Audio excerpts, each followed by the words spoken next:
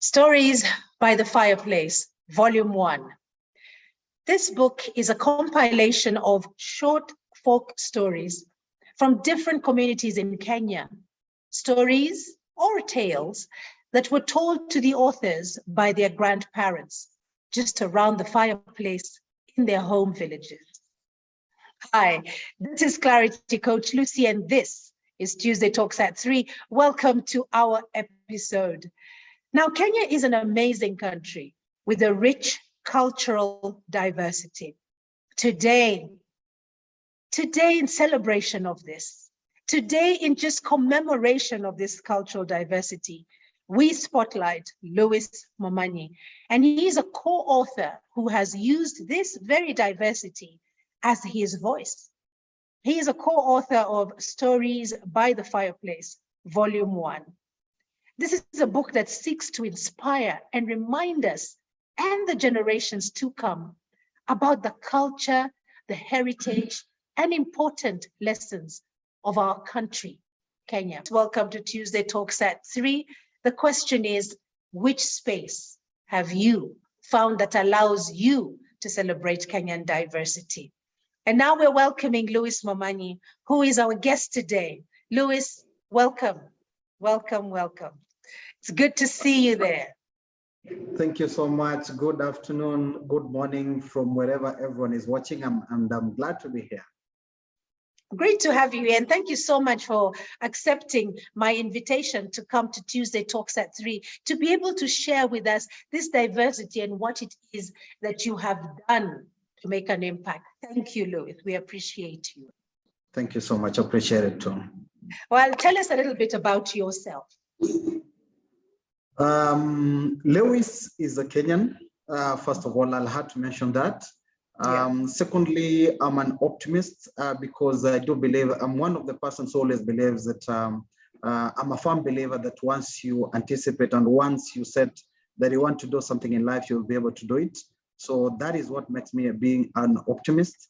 The third aspect is that Lewis has also taken a lot of ensuring that you can be able to redefine the young stories in Africa, especially the youth space in Africa.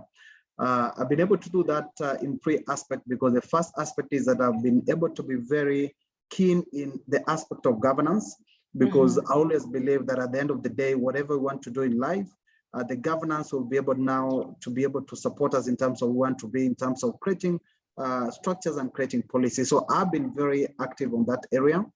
The second aspect I've been very active is anything which touches the youth space, because at the end of the day, you'll be able to realize very well that youths cover almost around 75% of the population. So if we don't shape them very well, we'll not be able to lead in terms of where we want to be based on the current and based on the future. We'll not be able to reach where we want to be.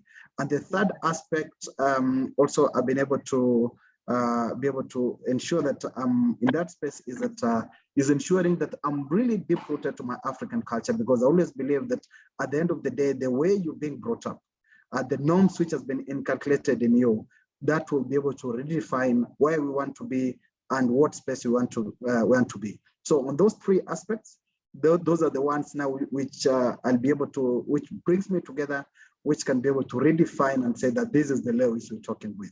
Yes. That's amazing. I love when you say that you're an optimist, because definitely if you're an optimist, there's a lot of different ways to look at the same thing. You are not just a micro-focused into one idea. You are enjoying the diversity. Thank you for sharing that. I love governance. I love governance because of structure, what it brings to us, how it helps us to be able to live in a society. You know, it gives us a guidance. So that's something where both of us are tied, which is great. Now, youth is the one that just blows my mind, because you are already a youth yourself. And yet you are here taking care of the youth. This is amazing, Louis. And I like that you're sharing this. And I do hope that we've got youth who are signed in today to be able to hear from you firsthand the kind of person that you are, what keeps you going, what values, and your achievements. Because when you are a role model for your fellow youth, then they can see it can be done. and they're able to see a positive future. You are rooted in your values, in your culture. Beautiful. Absolutely love that. Thank you so much for sharing who you are, Lewis. Well, why did you write the book? And I'm just going to show this book so that we can all see the book. Why did you write? Lewis is a co-author in this book. And this is Stories by the Fireplace, and this is volume 1. So he is a co-author. Why did you contribute to this book, Lewis? Thank you so much. I will want to say that a lot of factors which made me to be able to be part of the co-author, to be able to write the book, based on, first of all, my personal experience, and also in terms of also interaction with a lot of people I've been able to interact with, made me to be able to have that urge for me to be able to be part of the authors who wrote the book. First of all, I've always been a firm believer that we are a product of what we listen to.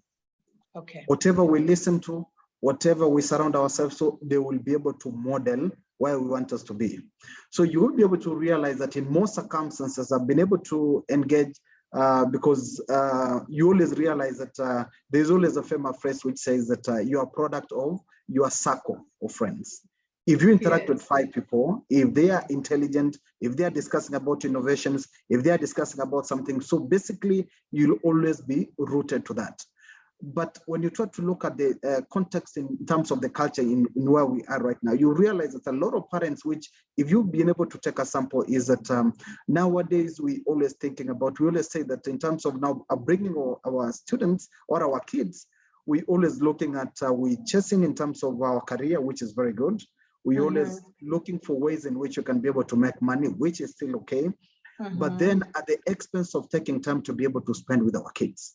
Remember that when you go back, when you cycle back in terms of how we were brought up, in terms of the older generation, you realize that most of the people used to spend time with the kids in terms of knowing how they were brought up, telling them stories, how you were brought up in terms of engagements, the village level, the stories you're being told about, the folk stories you used to be told about that. So with that, when you realize that at the end of the day, there's one lesson which you would have already picked from that aspect. So nowadays you realize that most of the parents nowadays you realize that they are either related to maybe work purposes. Secondly, you'll be able to realize that they are very busy, they're not having time with their maybe kids. So you realize that it becomes only at school, that is now when they're being taught about what are some of the norms which they need to be trained at. A practical example is that in terms of even the engagement, as I'm bringing out why I wrote the book, I was just engaging with some of my friends who have kids. So when I went there, I was just telling them that now, can you be able to tell them stories about how about your culture? What stories do you know? Interesting stories, because you realize that when they go to the school, there are those, let's say the CBC curriculum-based maybe stories which has been approved, but basically some do not go maybe to the culture-wise. So a parent, you realize that it becomes very difficult for somebody even to tell his son or his daughter a story about the upbringing, about the stories which they used to learn, because either they've been maybe raised in towns, they're not able to have an opportunity to go to their grandmothers to be told those stories, or they in fact don't know about the culture. So it was very difficult for them to be able to be told about those ones. And then secondly, you realize that even most of the kids are not even getting a lot of time to be able even to go visit nowadays to their grandmas, to be able to also being told those stories, which becomes a bit of difficult in them. So we came together and thought, with this culture, with this generation where you find that people are very busy, you realize in this generation where we don't have a lot of time with our kids, with this generation where we're not getting a lot of time to go to our grandparents to be narrated about those stories when we were growing up. Why don't we come so that we can be able to preserve those stories through a book? And in there, whenever you're a bit free, you can always go through it. You can be able to read those stories from different cultures. That is from maybe the Abagusii community, from the different communities in Kenya, so that can also be able to learn about those. So that whenever you engage even with your kid, you will be able now to have stories to narrate to them. And the best part with that, they also have lessons. After narrating with them, you also have lessons to be able to tell them that with this story, this is now the lesson you need to bring. You need to be able to get from it. So from that aspect, the first aspect is to preserve our culture. Okay. to write. All right. Because once we publish the book, you'll be able to realize that we've already preserved that culture in terms of what you've been able to write on that one. The second aspect, just to be able to give it a brief, is that is to shape our brains and to shape our norms. And because remember, the stories of what you're being told will be able to shape in terms of perception, how we view things, how we think about that one. Lessons you can be able to encompass, you can be able to get from there. So they will be able to shape in terms of our thoughts and in terms of our approaches. And the last aspect is that also to be able to respect the diversity we have as a country.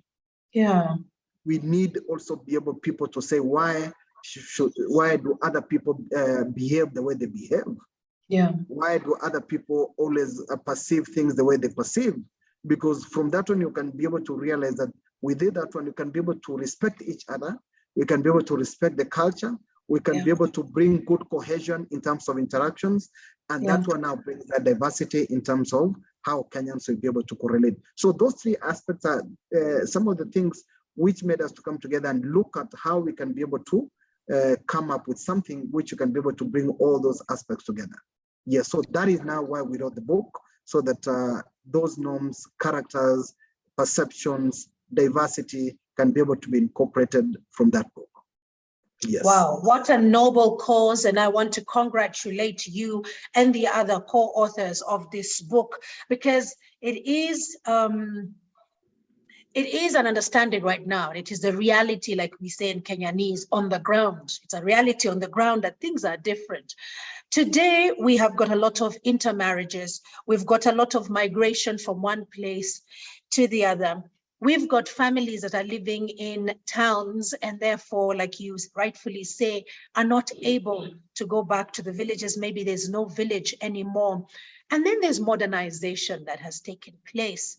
And although our school system may have that opportunity to take on some cultural education and tell us about stories and tell us about our history, it is not as powerful as actually hearing that story from our grandparents by the fireplace. But this has become a luxury now. Today, for you to have a grandparent who is around the fireplace in the evening telling a story is a luxury. So I love the way you have responded to the need in our community, where you are providing for us these stories documented. And even better, because this is what you were told by your grandparents. So this adds on to the authenticity, Lois. And absolutely loving that in the response of this, there are so many lessons to be learned. And this is your voice. This is the space that you have found that is allowing you to celebrate the Kenyan diversity, which is our question today to the audience. We are asking you, the audience, which space have you found that allows you to celebrate Kenyan diversity? And Lewis has found this space as an author. And I'm just going to look at a few of the comments that we have already and just welcome a few people. Nancy, great to see you and thank you for always showing up. And Jane Kuvuna, great to see you also. And Kavi. Louis, I must say that these are people who are always with us every Tuesday and they get value from these sessions. Thank you so much for joining us. Nancy says, good afternoon. Jane says, hello. Jane says, very true. Youth are a large number. So definitely, this is a great opportunity for us to be able to write these stories and share and celebrate our diversity. Catherine, hello, Catherine. And Catherine is definitely a co-author also. Thank you for joining, Catherine. You say, hello, great authors. Kavi says, times are different. When we were told stories, we were silent. Now we need to engage with our children for better understanding. This is so true, Kavi. And it's so great that Louis and the fellow co-authors are taking time to capture this, to document our cultural stories so that we can tell the children and pass it on. And Sunita Mendes, great to see you here. Louis, there's something that you said that was very profound. I mean, in response to my question, the reason why you wrote, you mentioned three things. There's preserving of the culture, there's shaping of the future generation, you know, guiding their perceptions and respecting our diversity. But the one that really caught my mind is the lessons, you know. And yes, with every story that I have read in this book, there's always a lesson. And the lesson sounds so simple, but it is in the power of being told. You see, when the lesson is told and figured out, and like Kavi says, engaging with our children, the lesson sticks. The one that got me going, and I will paraphrase what you said, is passing on, and that is succession. Succession. You have provided a tool that is going to help us be able to preserve our culture. And thank you so much in that you have responded to what people need out here. You know, we are all driven by career, it's a good thing, by money, it's a good thing, but we need to shift our perspective now and also remember our culture, because this is something that could easily die off and be something of the past. But in documentation, we give it life. You know, thank you so much, Louis. That is just amazing. Are there any values that you touch on in your book that you would like to share with us? Very well. The way I did mention, yes, for every story always has virtues, always has values on the same. Yes. Because when you look in that story, we have like almost 30, 40 stories which you've been able to document on the same. And for each, because when we've been given that story, it was not just an aspect of storytelling. What used to happen is that at the end of the day, we used to be told that story. And at the end of the day, we being told that what is something which you can be able to pick up on the same. There's some instances where stories which you'll be able to find that they have been captured there, where they used to be able to say, maybe they give a fictionary aspect where maybe somebody was big, was more like a giant. You just needed to be able now to go maybe for a fight, and now you could be able to come up from there. Then you realize that there is also another fictional aspect where, let's say, another person was a bit young, but he could be able now to read and be able to understand how to be able to come up through that situation. So you realize at the end of the day, you're being given stories like it is not about even the size of how you are, it's about your thinking capacity, how you approach issues. So that is how society is. And then there even some stories where you realize that maybe the way you said about the intermarriages and from different countries, somebody goes and marries maybe somebody who is from another tribe. In this long, they were supposed to do things the way they're supposed to do. And when you do things on the other side, this is how it was a perception. That's how it was supposed to be taken.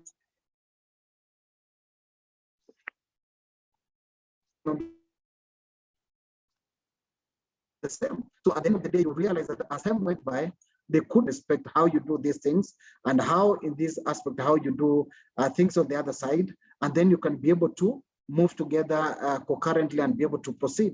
So you realize by that time is also teaching us in terms of why we need to respect other people, the way they perceive their things in how, in different ways. So they need, every story will be able now to give you a certain storyline. And at the end of the day, you'll be able to realize that it has a lesson how to approach in that circumstance. And the beauty of that is, remember, whatever challenges we're facing day to day, they just happen in different formats. So by being narrated on that story, you'll be able to realize that at some point, whenever you encountered in that situation, it will be able to, you have that, it's like nowadays when you use case scenarios, I think nowadays you realize that when you're doing trainings, when you're doing, maybe you're doing training to different capacity, when you use a real case scenario, people can be able to resonate with it very well.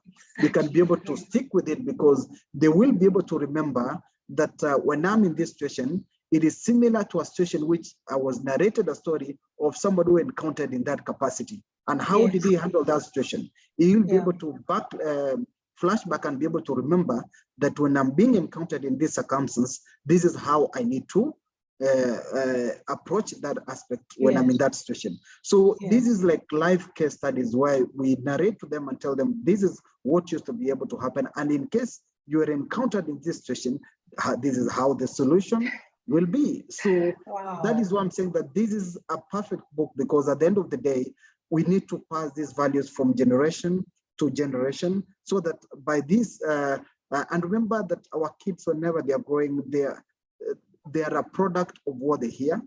Yes. And what they hear will be able, the way I did said, they will be able to shape their minds.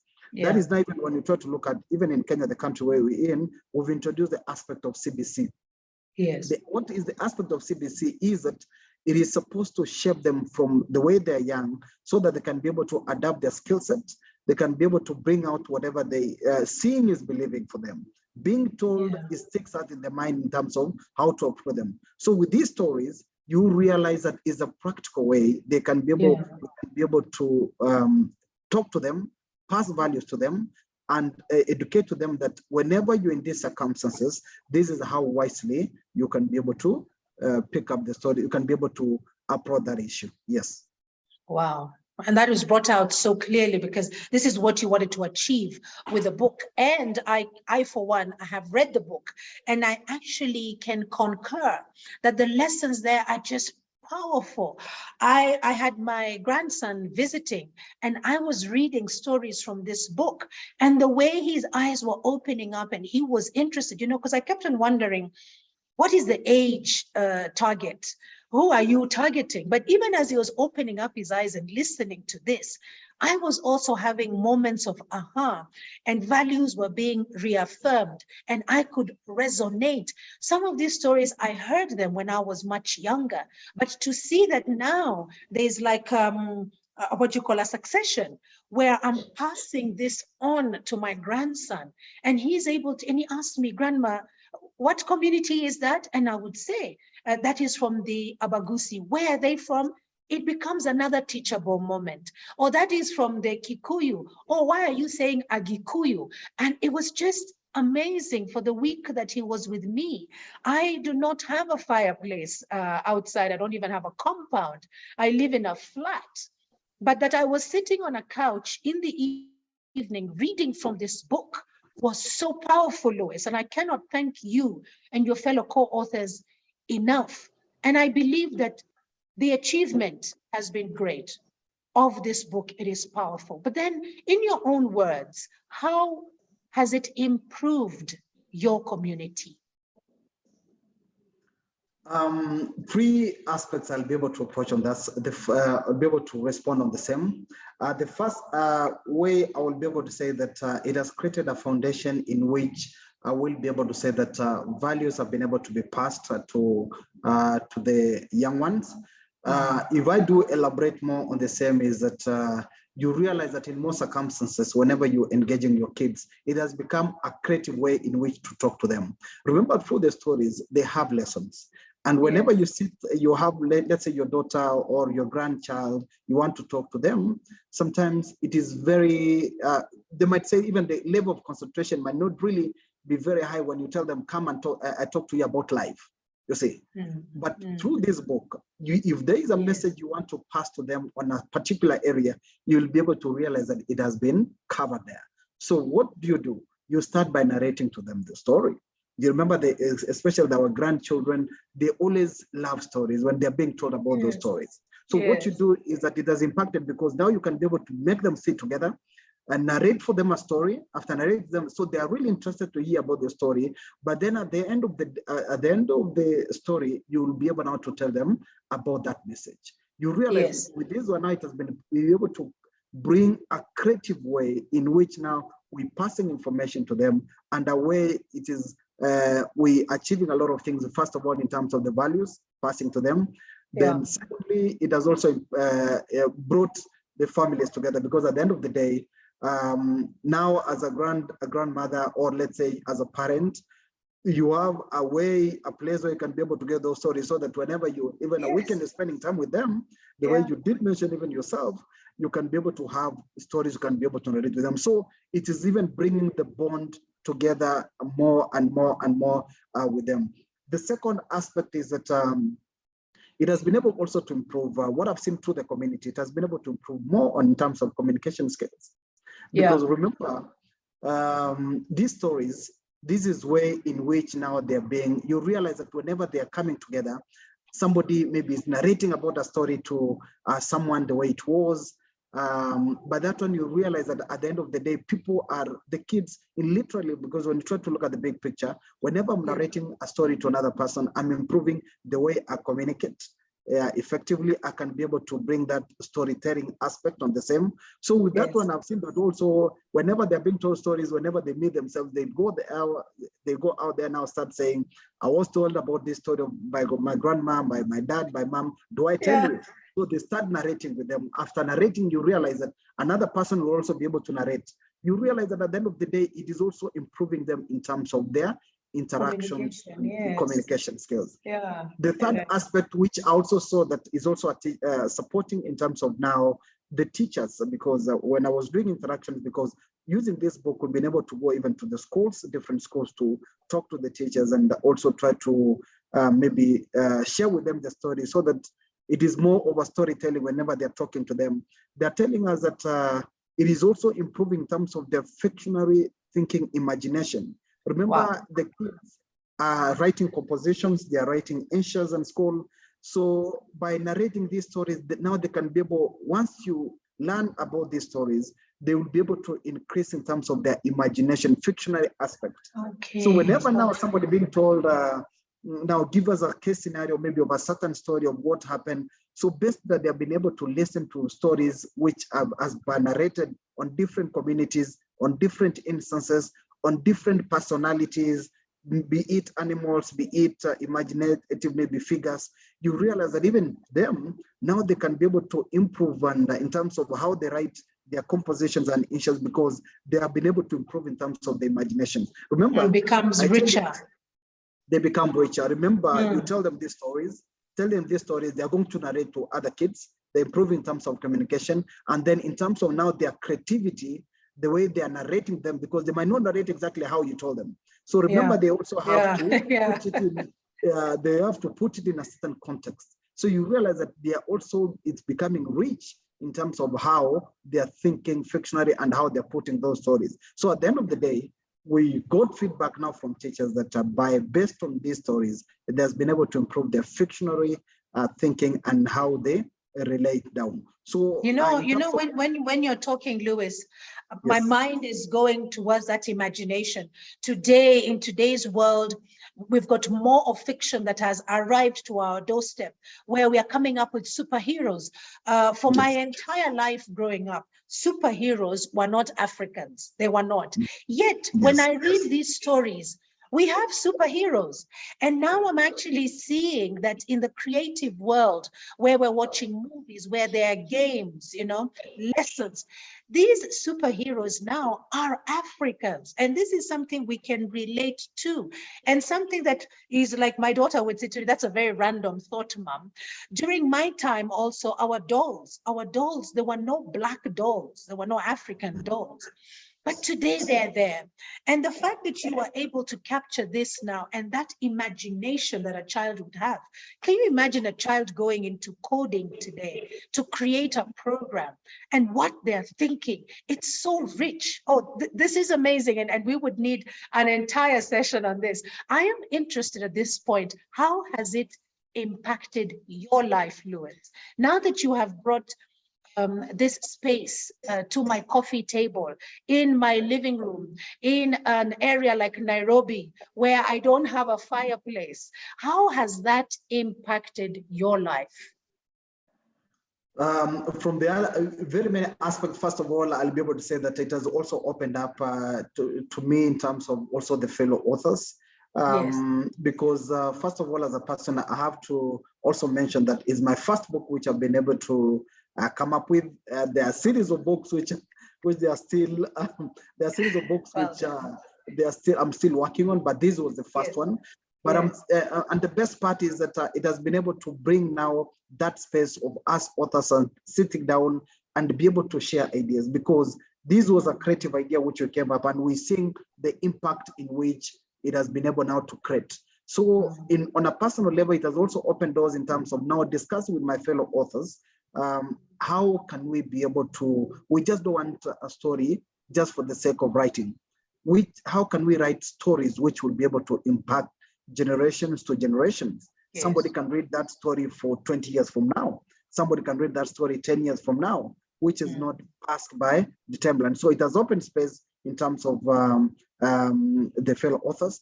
It has also put me in a map where the best feeling is that somebody is telling you that thank you for this, because it has been able to impact my life positively. Because at the end of the day, you write something because at the end of the day, you want to impact someone or you want to impact a society.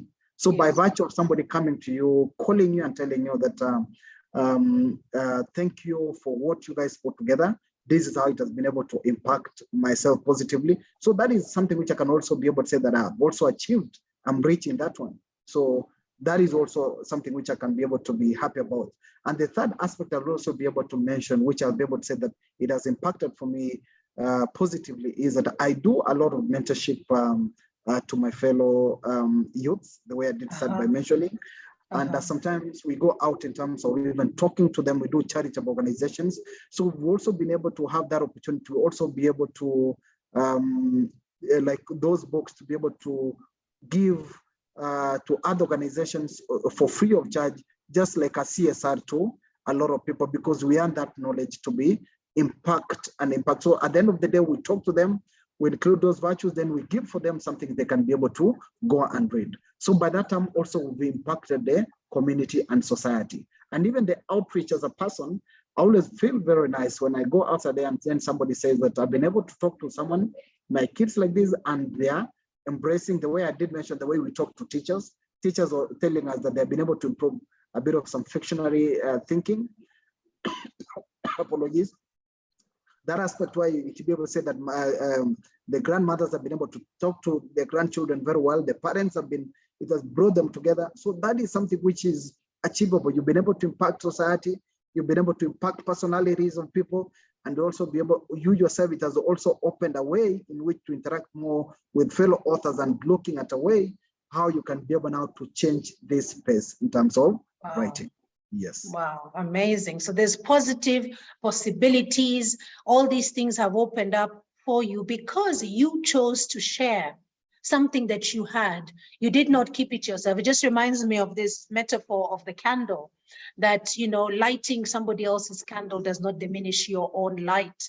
In fact, if anything, now as a result, the place gets really lit up. I mean, Lois, that you would be part of this and be able to do this.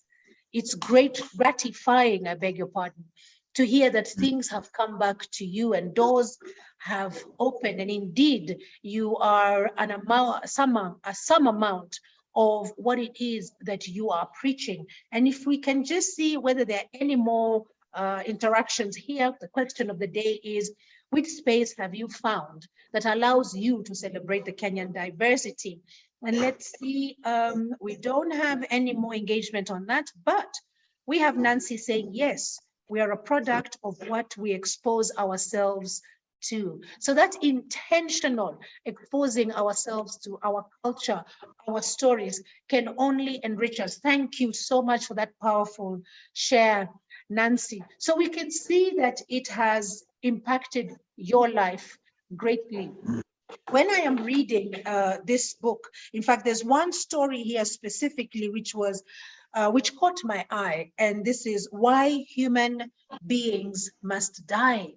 And in your introduction, you talked about these are questions that are very difficult to answer, especially when asked by a child.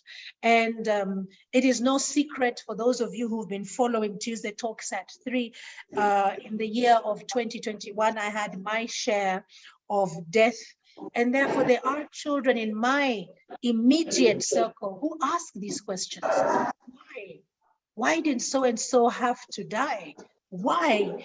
And, you know, just reading this story, Lois, I wished that I had this book with me last year, because in this story is a beautiful, rendition as to why human beings must die. And you must buy the book so that you can read it.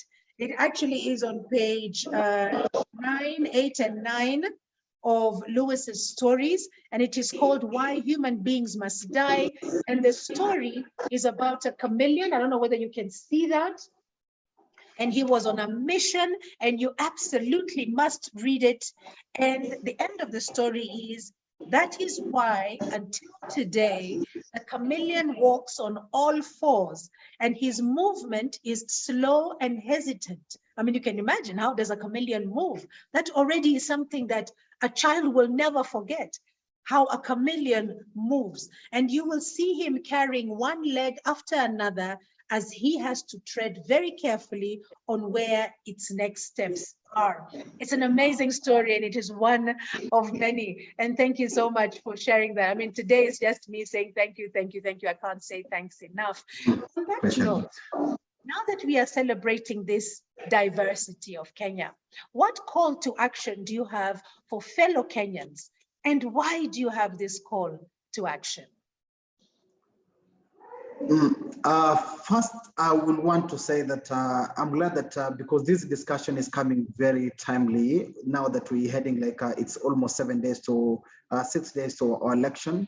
Yes. When you try to look at that book, basically the whole aspect was to be able to respect to be able to reserve our culture, and also to respect the diversity of different communities in terms of the perceptions, in terms of how they do their things, and how they perceive such other things. So you'll be able to realize at the end of the day that even the book itself is also always enticing, because it has been able to bring different communities together who are narrating different stories, showing that that is a culture which we need to have, because in different personalities, even in an organization, even as parents, even whenever, every place we work, because you've been able to, if you are an entrepreneur, you have your own employees.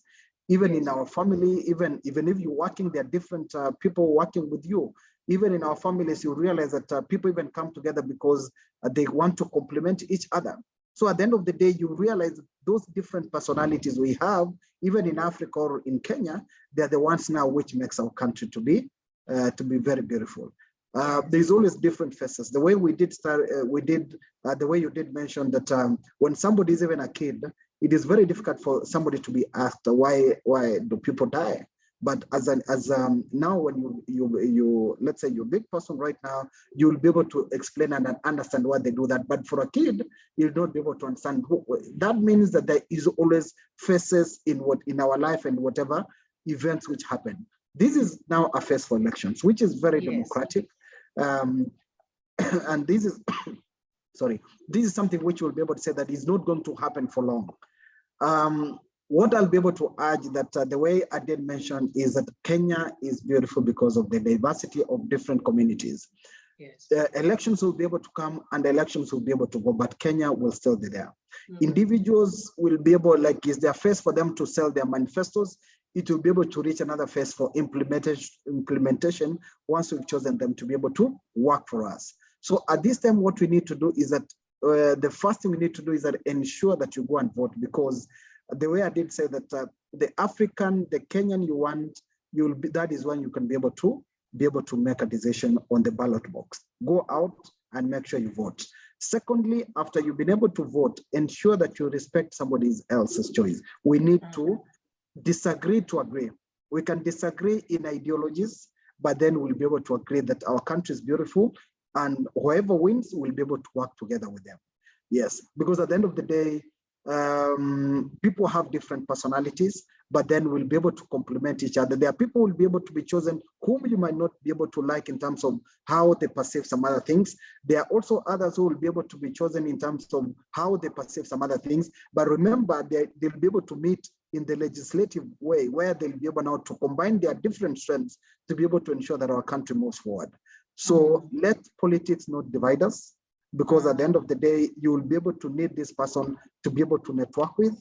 These are the people you'll be able to need in terms of working together. These are the people, let's have that spirit of Kenyanism. When somebody goes to represent Kenya in international level, we celebrate, that is a Kenyan. Yes, all of us are in arms celebrating. Yes. Yes. When our Kenya rugby team wins, we don't say that that person is the one who made Kenya. When we celebrate that Kenya has been able to win. When we win in athletics, or even international level, they always don't say that that person of a specific tribe. They always say Kenyans are very good, maybe at long distance running. So why should we as people now, Kenyans, be divided by the politics? So it is healthy to disagree sometimes, but we need to agree that at the end of the day, Kenya is beautiful. We need it intact. We need that cohesion. We need that correlation together. We need to work together so that we can be able to improve it together. Go out and vote, but let's maintain peace. Peace in any country, peace. Even the stories, you'll be able to realize that even Africans, whenever they were fighting the colonization, what made them to be able now to win the lessons is that they had that unity of purpose. They knew that at the end of the day, we're going there to be able to win. So if you have peace, you will be able to achieve the Vision 2030, whatever we have aspirations as a country. So let's disagree to agree, but at the end of the day, let's live together as brothers and sisters, and let's maintain the peace. So that is one message I will be able to pass, especially on this place where we're going to vote. And also politicians as leaders, we have that responsibility of preaching peace. Whenever we're passing our ideologies, ensure that we preach peace. This is a beautiful country. Let's sell our manifestos very well, but at the end of the day, respect people's opinions. Thank you. That's what I'll be able to contribute on this end. Thank you. Well, that's a call to action, guys. Kenya, we are all Kenyans, and we are Kenyans first. The seasons come and go for elections, the country and the people remain. And there you've got it from Lewis, what we need to be doing. So Lewis, we do know that diversity adds color to our lives, and we would be able to encourage every person to ensure that this diversity is part of their life. It gives them a different perspective. And this again brings us back to the question of the day. But before I do that, let me just have a look and see if there's any comment. We've got Nancy Carey who has joined us. Welcome. We've got Joyce Owaga. Welcome, Joyce. And Joyce, you say that you do agree. Well, guys, the question today is, tell us, which space have you found that allows you to celebrate Kenyan diversity? For Lois, it's about writing. He has got this penmanship that he has put down, that is speaking by way of documentation, that will go way beyond his life. He has already created his legacy. What is yours? What have you decided to do? Or what are you doing, perhaps, if we swap that and switch that a little bit and look at a different perspective? What are you doing today to impact our community for tomorrow with diversity? I, for one, am providing this platform for authors to come here and any thought leaders. So if you know any thought leader or any author who could come and give us this rich value like we are getting here from Lewis, please direct message me and we'll be able to slot them in for a session. So Lewis, where can we find this book? Because even though I am looking at it like this and I'm showing it, I'm not telling people where it can be found. Tell us, how can we find it? Because I'm sure already the audience want to be able to read from this book. You can be able to get them. I can be able to give my social media sites, and I can always give also my contact where somebody can be able to reach out, because yes, I do believe more on personalized, because sometimes once you reach out, you're interested in the book, I can be able to give you a preview on the same. And also it is more personalized as opposed to just going somewhere, picking it over the counter. So with this one, I can be able to talk to you, understand where you want it to be delivered. I can be able to expand more on the same. So on Facebook, I can be able to reach out to me on Ambassador Lewis Momanyi. Okay. I think Ambassador is an abbreviation because I advocate a lot of rights for the youth, the way we did mention, advocating for a good coexistence. And I will always want us to be able to have a better Kenya. So that is why the abbreviation came. So you can be able to find me through there. You can also find me through LinkedIn, Lewis Momanyi. On my Instagram is Lewis Momanyi 001. And okay, on Twitter is at Lewis Momanyi 66. All right. And then I can also be able to give my number. So if you want to speak to me directly, it is 0726 725 557. So from that one, 0726 725 557. So from that one, you can be able to give me a call, and then we can be able to have a discussion, can be able to agree on the meetup point, And if you also have like, let's say, a function you might want, maybe you're targeting, maybe kids want them to us to be able to collaborate, you can always reach out and you can be able to discuss how we can be able to collaborate and impact the society. Okay, fantastic. I have just posted on the Facebook Live Lewis's contacts, and you will see that there's the Facebook there, there's the Instagram, there's the LinkedIn, and then you've also got email. I've put that down, and through his number, as he has shared, please reach out to him. There's the opportunity of him coming to read the book and being able to share stories with the youth, with young children. And as you have heard, this is giving us the opportunity to celebrate our diversity. And what better time to do it now when they are young, so they can remember these stories. They can fill their cup with the richness of the diversity. With all our mixed marriages and our blended families, it is so good to appreciate what we have under our own roof at home. Mom is from this cultural background. Dad is from this cultural background. What does that make me? What does it mean? When you're telling the story in school, it even becomes richer. When the teacher is taking you through a specific story, it becomes richer for you because you realize the values, the morals, the ethics are always coming back to the same thing. We are Kenyans first. Well, tell us, what next, Lewis? What next for you as an author? Very many things are in line, but in order of preference, let me say that in terms of the author, being that this is the first book I was able to co-author. I'm writing my own book, which will be out by November. If I can be able to give you a pretext of the book is that a lot of us outside here, most of the people, we do celebrate. When somebody wins, we come together and celebrate with them. We use them as examples on whom people should be able to emulate. But now the biggest challenge again, which happens is that we don't tell the back end of the story, the process for somebody to be able to succeed. Yes, so I've been able now to, because it is good when you succeed, every person celebrates with you. But even our fellow authors nowadays, they're always writing a lot of inspiration about, in terms of success. You see that the 7 laws of success, how to succeed, they are celebrating in terms of their achievement. But very few are always want to step down on the process which they were able to reach, make them to be able to reach there. So it is behind the success, behind the curtains. So that is, I'm writing a story on that one, so that it can also be able to bring out the aspect that there is no shortcuts for success. Even these people have been able to succeed. Others have spent sleepless nights.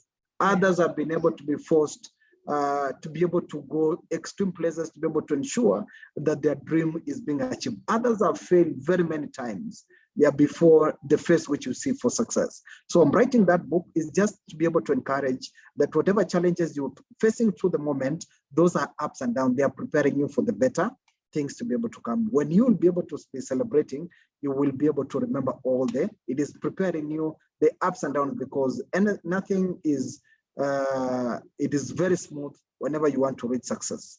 So I'm writing that story on the same. The second aspect is that we're collaborating also with fellow authors to be able to come up with places how we can be able now to create more impact in terms of the content. How can we be able to write maybe books and even the content which can be able to surpass the way I did say time. Sometimes you realize that somebody writes a book which is relevant immediately. Within a period of 6 months, you cannot be able to. It has not been able to. The context is yes. So we come here together to be able to get a few guidelines so that we can be able to proceed ahead. And we also want this book to reach more to the community. We're doing a lot of together, the co-authors.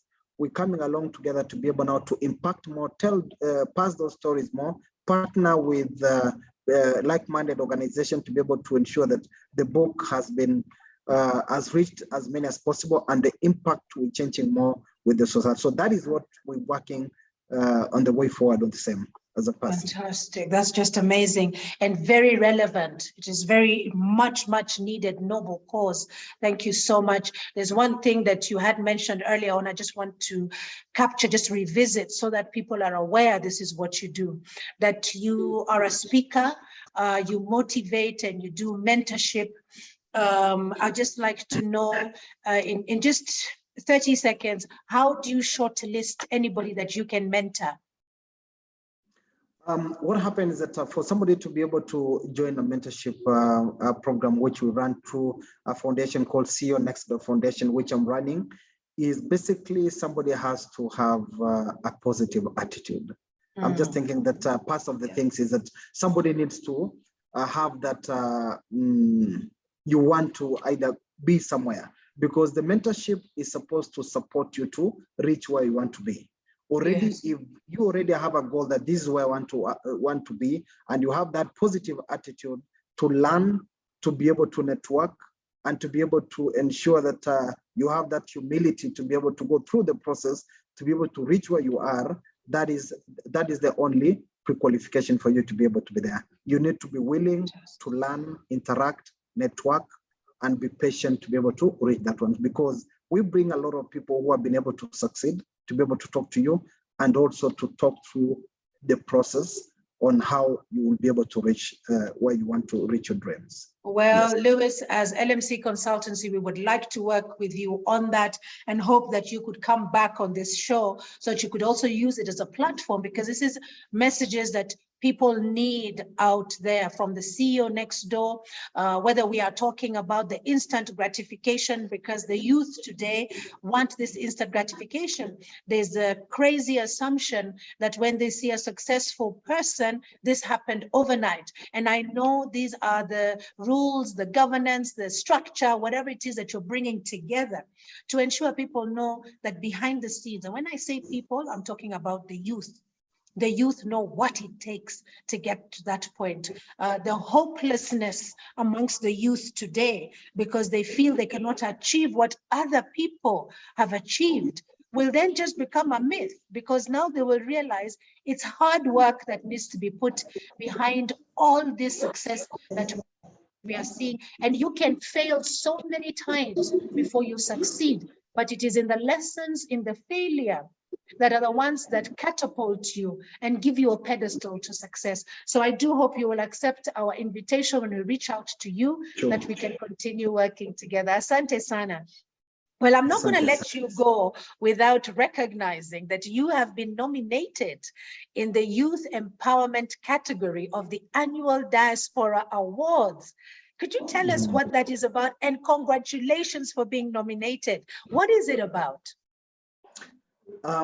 Thank you so much. The annual Youth Diaspora, the annual Youth Diaspora Award. So what they do is that they recognize people who are the change makers in the industry, people who are doing transformation projects in different sectors, be it entrepreneurship, be it youth empowerment, be it leadership, be it in service industry. So what they have done is that they are getting people from across Africa of change makers in different sectors in different countries, so they can be able to recognize them. It's happening in the US, okay. And I'm happy that based on the impact which I do in the society, it has been able to be recognized. And I also to be able to mention that whenever yes, you're doing something, always do it wholeheartedly. You never know who's watching. Sometimes you can be doing out of passion, you want to impact, but then you realize that maybe somebody else is watching and seeing that this person is doing something for the greater humanity. I always say service to society is always service to humanity. And once we impact humanity, we will always be blessed from the other aspect. I do believe I'm always having that interest, the way I did say, to support my fellow youths, to be able to mentor them, to be able to connect them the right opportunities, to be able to encourage them. So as we've been doing this over through these years, I didn't know that I was also being watched globally. I received that, yes, I received that nomination based on the changes, whatever impact I've been able to do to my fellow youths. And I'm looking forward, we're hoping to win. Yes, so it is recognizing change makers from different countries who are doing impact to society in different capacities in your area of specialty. So mine, I was now categorized on that youth empowerment, because that is where an area which I'm doing a lot in terms of that. So looking forward to be able to see how it goes. But I'm very optimistic. Wow, thank you so much, and all the best in the final competition. The fact that you have been recognized there already. Again, we come back to what you have been saying, Lewis. When you're up there on that stage, we are not saying he is the one from the Abagusii culture. What we are saying is that's a Kenyan. We are Kenyans first. So we wish you all the best for the competition, and that you keep on being a change maker. Well, guys, the takeaways today from Lewis are simple. There are three. One of them is the document. You must document through writing. Whatever it is that you have in your mind, don't leave it there. Put it down, write it out, let other people consume it, so that we can also be full of this beautiful diversity that we have. And then secondly, do not forget your culture. Right now in Kenya, we have got a plethora of cultures that you can pick from. Yes, the one that you belong to, but then also the ones that your sisters and your brothers in the society belong to. Do not forget this culture. There's a lot of lessons there, morals, there's a lot of ethics that we can pull from. We are Kenyans first. And then in that voice, respect diversity. And as we go into our polling next week, as we go into that, we are asking that we vote wisely. We are asking that we vote from a point of us knowing there's going to be a change, and that anybody else can be able to vote peacefully. All of us can. And God bless Kenya. Thank you so much, Lewis, for being a change maker. Thank you for joining us today, Lewis. Appreciate it. Yes, I'm not seeing any more comments on our thread. So we go to polls next Tuesday, like I said, and we are reminded that we are Kenyans first, and Kenya is our country. Well, our next guest is Catherine Silva, and she shares with us her inspirational story, and you do not want to miss this. She's going to be talking about the diversity of the culture in Kenya. We invite you to subscribe to our YouTube channel, LMC Consultancy, for the recording of this episode, and that you may share with us the feedback on IG and Facebook. We have launched our online courses, and we are offering 50% off right up to tomorrow. So visit our website, lmcconsultancy.com, and sign up and give us feedback on how we can improve the online courses. My book, as you can see, is out in the market. It's still available. Contact me, direct message me on my social media so that you can have your own copy. But in the meantime, check out our social media platforms for all the episodes that we have this month of August, the authors that we are celebrating. So we have more authors as we celebrate Kenyan diversity. If you know of an author, direct message me. We would love to have them here as we continue to build one another. So until then, let us be kind to ourselves. Bye-bye now.